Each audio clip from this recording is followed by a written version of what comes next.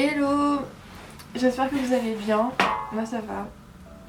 Avant il y avait des travaux et là je crois qu'ils ont arrêté donc ça va être plus simple pour filmer la vidéo. Et j'ai été mettre une machine de lessive juste en bas qui dure 30 minutes, donc ça me laisse le temps de parler sans trop parler. Donc c'est bien. donc attendez. Donc voilà, aujourd'hui, eh bien, je vais commencer ma chaîne YouTube parce que c'est... Voilà, j'en ai marre de dire que je le fais, mais après je fais pas. Maintenant, voilà, c'est décidé. Sur cette chaîne, je vais parler de tout et n'importe quoi. Il n'y aura pas de ligne directrice forcément. Les seuls trucs qui vont forcément revenir, ce sera surtout des choses liées à mon handicap, donc l'autisme, aux relations, aux expériences que j'ai eues qui pouvaient être négatives et comment en sortir, et surtout comment se sentir mieux avec soi-même et tout ça. C'est des choses qui sont importantes et à partager et tout ça. Et sinon d'autres trucs peut-être qui seront liés juste à ce que j'aime dans la vie. Et voilà. Donc aujourd'hui je porte ce truc qui est, je vous l'avoue, assez mal coupé. Car en fait je l'ai cousu hier. C'était ma première tentative de t-shirt. Je crois que c'est plutôt pas mal. Après là il est au-dessus d'un autre pull donc c'est pas forcément idéal, mais je voulais vous parler brièvement de mon parcours en tant que personne autiste et donc handicapée pour cette société, selon cette société normative. Donc voilà, j'ai été diagnostiquée à 22 ans en Suisse par un psychiatre à Lausanne qui a pu donc me faire le diagnostic, mais pas un diagnostic, disons, officiel que j'aurais pu utiliser en France pour toucher des aides financières. Parce que en France il faut passer par un CRA, c'est un centre de ressources de l'autisme, et ça prend des plombes. Enfin, pour ceux qui sont au courant, c'est minimum 2 ans pour avoir son diagnostic. Donc pendant 2 ans on va te faire plusieurs tests, que ça soit psychologique ou physique, etc. Et aussi avoir juste des séances avec des psys pour savoir un peu si oui ou non tu es autiste. Et c'est horrible parce qu'en fait en 2 ans il peut se passer énormément de choses et c'est vraiment tragique que les aides pour les autistes soient autant peu accessibles. Donc c'est pour ça qu'il faut en parler. Et pas tout le monde a l'argent ni l'énergie de faire 2 ans de suivi. Donc voilà. J'ai été diagnostiquée à 22 ans, ça veut dire que je suis restée en errance de diagnostic pendant 22 ans. Et entre temps il s'est passé beaucoup de choses, c'est-à-dire que quand tu es en errance de diagnostic et que tu sais finalement pas qui tu es, parce que être autiste ça fait partie de ta personnalité, c'est ce que tu es, c'est pas quelque chose que tu peux enlever et remettre, c'est pas une maladie, c'est pas une pièce de puzzle comme on peut voir souvent, c'est juste ce que tu es. Et donc quand pendant 22 ans tu sais pas ce que tu es et pourtant tu sens qu'il y a un gros problème avec toi, même pas un gros problème, mais en tout cas que tu es pas du tout en accord avec le monde qui t'entoure, avec les normes qui sont établies, que ça soit dans ta communication, dans ton comportement, dans ta façon de mouvoir, dans ta façon de parler, dans ta façon de ne pas parler aussi, parce que moi j'ai toujours été très silencieuse et j'ai compris que c'est parce que j'étais partiellement non-verbale, et c'est au fil des années que j'ai commencé à parler, mais c'est un des symptômes de l'autisme, c'est la non-verbalité. Beaucoup de personnes autistes qui pendant les premières années de sa vie ne parlent pas, et aussi beaucoup d'autistes qui ne parleront jamais de leur vie. c'est pas pour autant qu'ils n'ont pas d'intériorité, qu'ils n'ont rien à dire, et c'est pour ça qu'il faut qu'on en parle. Et donc voilà, ça m'a mis dans des situations compliquées parce que vu que je ne savais pas qui j'étais, je pouvais pas avoir des bases solides, de savoir ce qui est juste pour moi, ce qui n'est pas respectueux. En fait, j'estimais toujours que les gens autour de moi avaient raison et que moi j'avais tort, vu que eux semblaient mieux comprendre les normes que moi, semblaient mieux comprendre la vie et tout ça. Donc ça a commencé d'abord avec mes parents qui ne comprenaient pas du tout mon comportement, c'est-à-dire que quand j'étais petite, je pouvais avoir des crises de colère car je suis hyper sensible sensoriellement, donc s'il y avait trop de bruit, si on me touchait, si je supportais pas un goût, enfin tout ce qui est au niveau des cinq sens, quelque chose qui était exacerbé, tout ça, je pouvais avoir des crises, des meltdowns, on appelle ça, c'est des crises autistiques qui font que soit je vais juste me renfermer sur moi-même et plus rien dire, ça c'est plus un shutdown, ou alors je vais exploser en pleurs, en cris et tout ça. Et mes parents, bien vite, au lieu d'essayer de comprendre et aussi d'être dans la... peut-être dans le respect de... Voilà, en fait, ils sont partis du principe que j'étais une fille manipulatrice, mais ça c'est pour une autre histoire, voilà, c'est...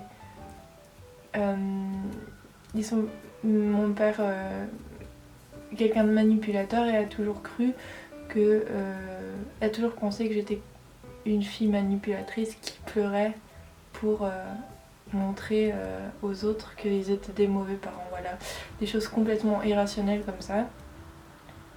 Ensuite j'ai commencé l'école et à la fois l'école a été super dure pour moi dans toutes les années, que ce soit primaire, collège, lycée, mais je me dis heureusement que quelque part j'étais à l'école et pas dans une institution pour les autistes. Si j'avais été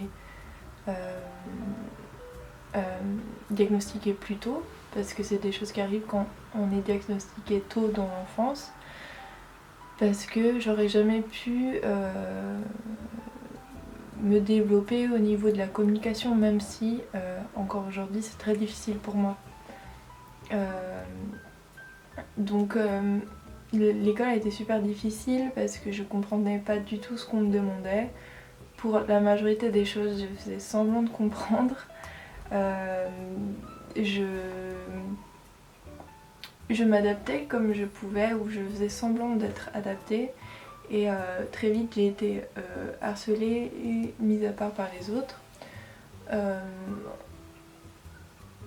Aussi par les professeurs, surtout par les professeurs d'ailleurs, parce que au collège, donc au cycle, j'habitais en Suisse,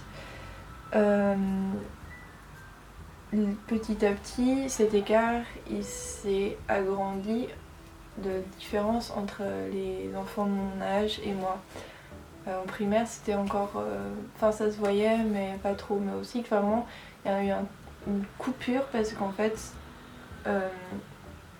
au collège c'est le moment où t'es un peu pré-ado, puis tu commences à penser aux amours, à te faire des amis, à la popularité, des machins comme ça. Et moi, tout ça, toutes ces notions, je ne les comprenais pas du tout. J'étais juste là à observer les gens sans vraiment comprendre ce qui se passait. Et du coup,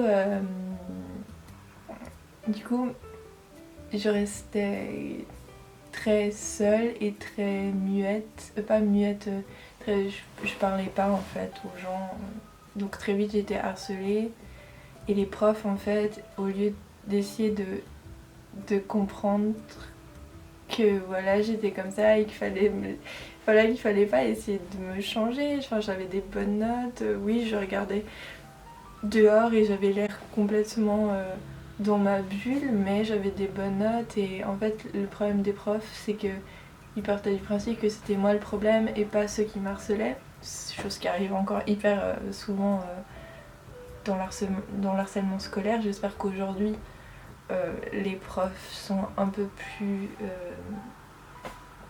à l'écoute et sensibilisés, c'est-à-dire que quand quelqu'un se fait harceler, va peut-être en parler à ceux qui harcèlent et leur dire que leur comportement est pas correct, plutôt que d'aller voir la personne qui est harcelée et lui dire que si elle veut pas être harcelée, il faut qu'elle change. Enfin voilà. Ça, je pense que c'est pas que lié à l'autisme, c'est de manière générale, dès que quelqu'un en dehors de la norme il se fait harceler, et le plus dur c'est pas être face aux harceleurs, c'est ceux qui sont autour et qui font rien en fait. Et donc voilà, donc l'école n'a pas été facile pour moi, plus tard en grandissant ça m'a mis vraiment dans des situations très compliquées où j'ai commencé à être en relation très toxique avec des gens amicalement mais aussi amoureusement.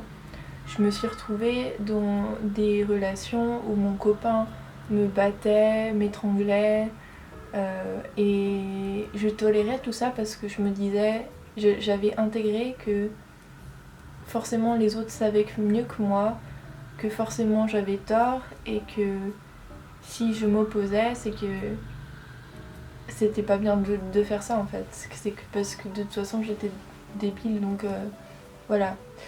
J'avais intégré ça au fond de moi.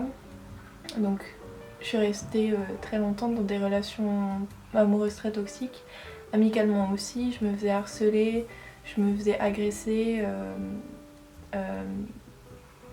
hyper souvent, que ce soit physiquement, moralement. J'ai des personnes qui qui ont essayé de voler mon identité, des choses comme ça. Enfin, voilà, des trucs qui peuvent aussi arriver à des gens qui sont pas autistes, mais dans ce cas-ci, le fait que je sois autiste régissait tout parce que le problème principal, c'est que je pensais que je ne méritais pas d'être une personne respectée parce que j'étais autiste, voilà, sans le savoir.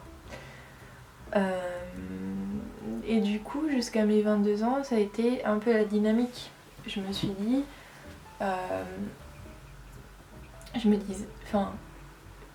c'était la dynamique, j'ai fait des burn-out, j'ai fait des dépressions, j'ai eu des maladies en lien avec des dépressions. Alors, par exemple, j'ai fait une dépression, puis ensuite j'ai eu la mononucléose pendant des mois, des choses comme ça. Enfin, mon corps, il shutdownait tout le temps, il n'en pouvait plus, j'étais malade tout le temps, j'avais des angines H24, j'avais aucun contact sain quasiment, si ce n'est avec ma meilleure amie et des personnes par-ci par-là, mais voilà, c'était dur de voir clairement les choses. J'étais dans un flou, d'une sorte de coma émotionnel. Je me coupais moi-même de mon ressenti, de mes émotions, pour plus ressentir parce que c'était trop dur ce que je vivais au quotidien en fait. Et du coup, jusqu'à mes 22 ans, à la suite de plusieurs burn-out et d'expériences assez douloureuses, là j'ai un peu une révélation, si on peut dire comme ça. Quelqu'un me parle de la neuroatypicité et de l'autisme, du syndrome d'Asperger, et m'explique que l'autisme c'est un spectre et que donc il y a plusieurs individualités dans ce spectre, qu'on n'est pas obligé de correspondre aux clichés des Asperger qu'on trouve dans les médias, que ce soit Sheldon Cooper ou ça me vient pas maintenant, mais voilà, que on peut être une fille et être autiste, enfin toutes ces choses comme ça. Et du coup ça me met la puce à l'oreille et je me dis ah oui, mais en fait je me rappelle, parce qu'il faut aussi savoir que vu que je me suis coupée de mes émotions, il y a plein de moments de ma vie où j'ai des gros blackouts, je me souviens de très peu de choses, que ça soit de mon enfance, mon adolescence. Je fais que des bribes de choses parce que c'est vraiment comme... C'était vécu comme un trauma, donc voilà.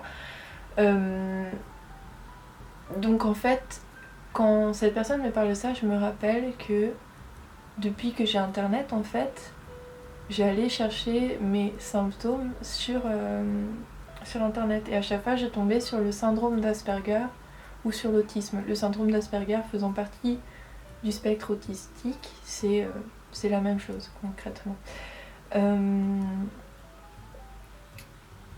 Et je me rappelle de ça en fait, je me suis toujours dit que je l'étais au fond de moi mais j'osais pas me l'avouer parce que c'était trop dur et j'avais pas les informations nécessaires pour comprendre et pour l'accepter aussi parce que je voyais ça de manière extrêmement négative alors que ça m'a amené que de la positivité dans ma vie quand j'ai été diagnostiquée. Ça m'a enfin fait comprendre qui j'étais au fond de moi et à plus essayer d'être quelqu'un d'autre en fait. Et du coup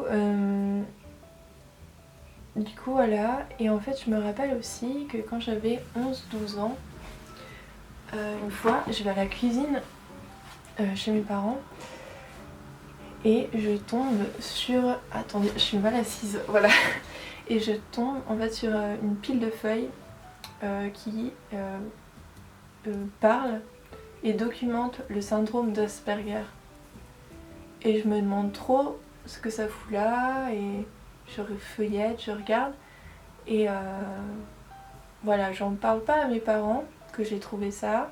Et puis d'ailleurs le jour d'après je retrouve plus cette pile de feuilles, je sais pas où ils l'ont mise et tout ça. Et j'ose pas en parler à mes parents. Et quand j'ai été diagnostiquée, ou juste avant, je sais plus bien, j'en ai reparlé à ma mère. Elle m'a dit non, je vois pas du tout de quoi tu parles.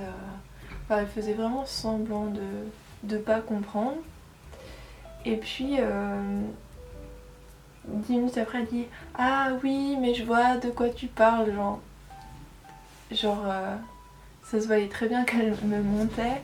Elle dit ah mais non, c'était pas du tout lié à toi, c'était pour un collègue, je sais pas quoi. Enfin, elle essayait de se trouver des excuses.